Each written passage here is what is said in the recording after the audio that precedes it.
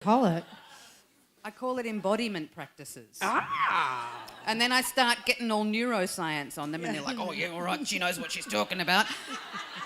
And then I've got another one in a caftan, and I'm like, and so open your third eye. Ooh. And it's the same stuff.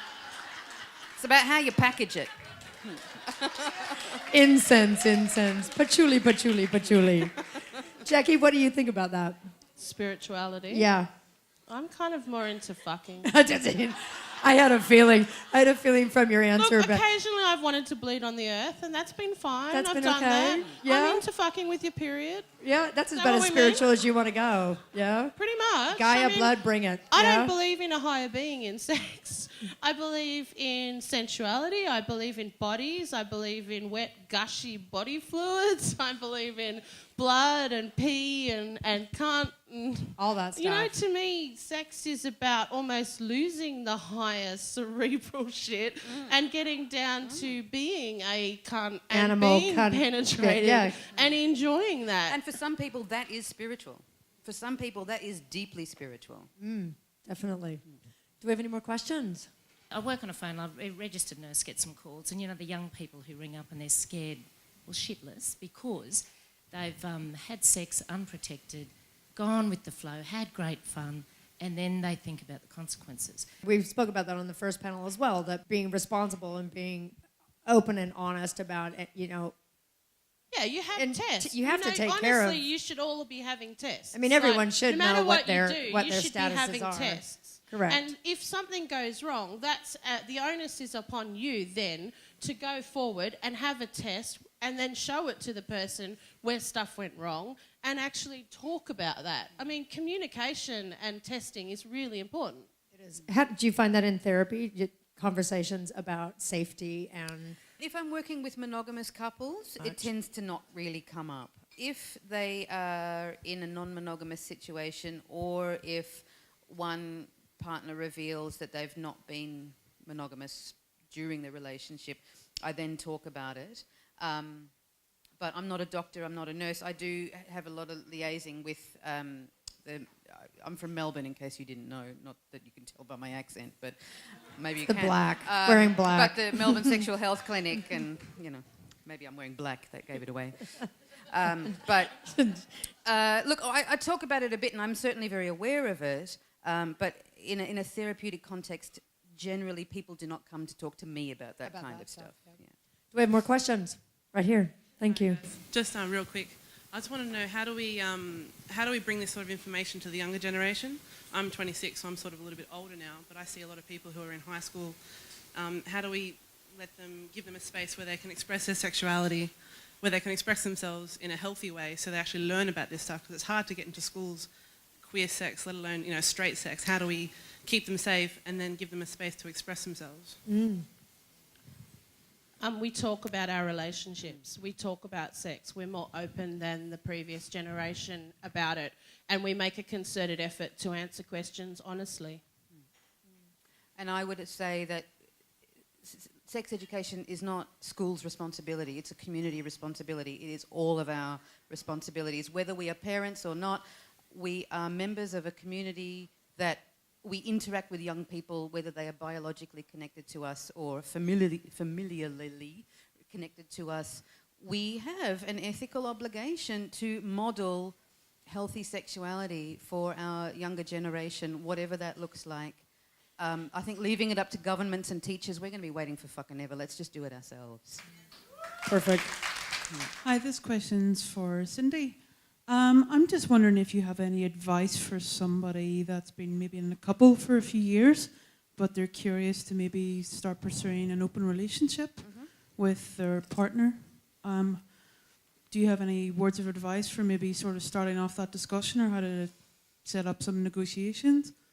Talk about it at a time when you're not in the middle of having sex. That's a good start, yeah. Talk about it at a time when you know that you have their full attention, so not when they're distracted with Facebook or breakfast or work or something like that.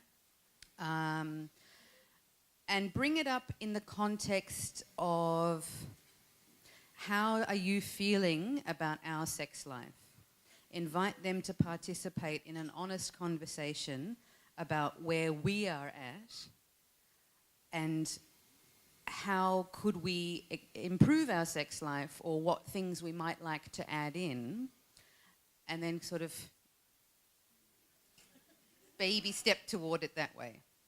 Thank you. This is a question for Cindy, building on the earlier question about the message of sexuality and sex to younger people. This is a question for the parents in the audience. I have 2 children that are 10 and 6. I'm lesbian, so therefore I can't tell them that sex is for having babies. 'Cause otherwise, not. what do you do? Yeah. And it's not, and I don't want to give them that message either. Yeah. So how do you, I want to tell them that sex is a positive thing and that you do it for pleasure. How do you educate young children about sex? And You start off by getting them to identify, to start having a really strong vocabulary around their sensations and around their feelings. So whenever anything happens, at school they come home and they say so-and-so's picking on me or whatever, anytime there's any kind of opportunity to discuss feelings or sensations, and I make that distinction between feelings being emotions and sensations being of the body. Sometimes if kids are nervous to talk about their feelings, they will be experiencing a sensation. So they might have a sore tummy for no apparent reason, or they might have diarrhea for no apparent reason. Those kinds of things are often indications, if there's not actually gastro, to talk to them about, so how does your tummy feel, or what's going on in your legs, or your hands are shaky, or your face is red, what's going on?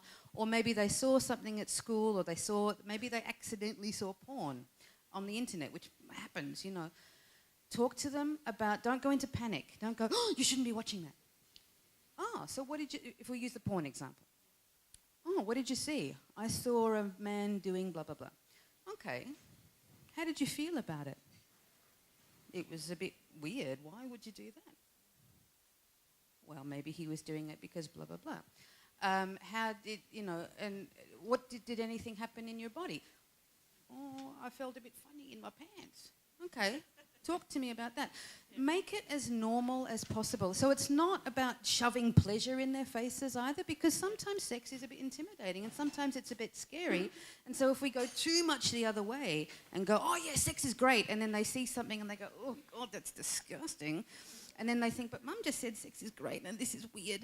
So allow them to, really encourage them to develop their vocabulary. This is where my linguistics comes into it. Expand, you're never too young to learn to process complex emotions. You're never too young. So the sooner they start developing a vocabulary around their feelings and their sensations and being able to express them, even the awkward shit. And as a parent, your job is to be the container for the awkwardness and sit with it and not try and make it better and stick Band-Aids on it and go, oh, you know, just, yes, you know, and sometimes yucky things happen and sometimes grown-ups do horrible things. So let's talk about that. Or sometimes grown-ups do amazing things. What happened? What did you see? So let them lead the conversation. As a generation, our sexuality is evolving. We've sorted that tonight. What does that mean if we're becoming more and more fluid to organisations such as Sydney Gay and Lesbian Mardi Gras?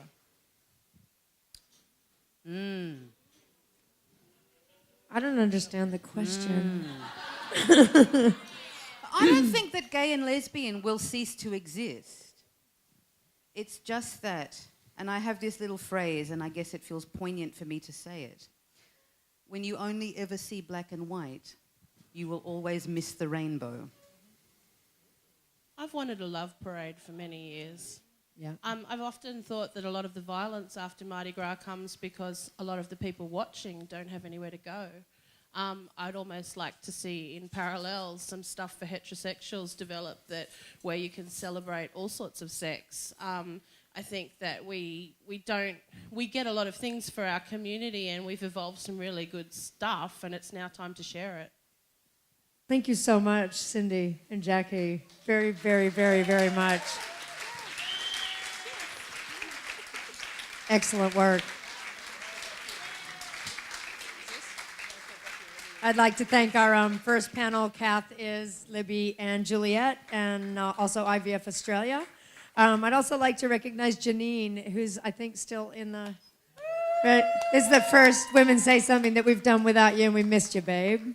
Thank you very much for coming to Women Say Something Between the Sheets. I'd like to thank all of our crew and everybody at Slide.